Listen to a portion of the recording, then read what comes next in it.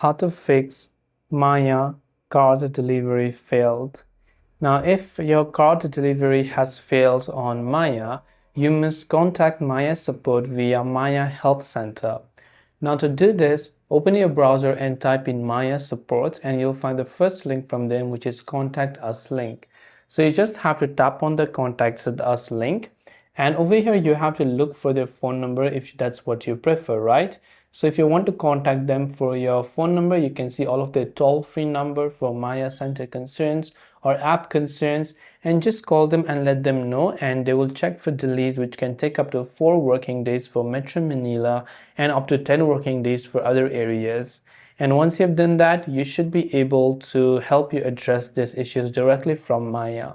I hope that this video helped you out. If you have got any further questions, do feel free to also leave them down below.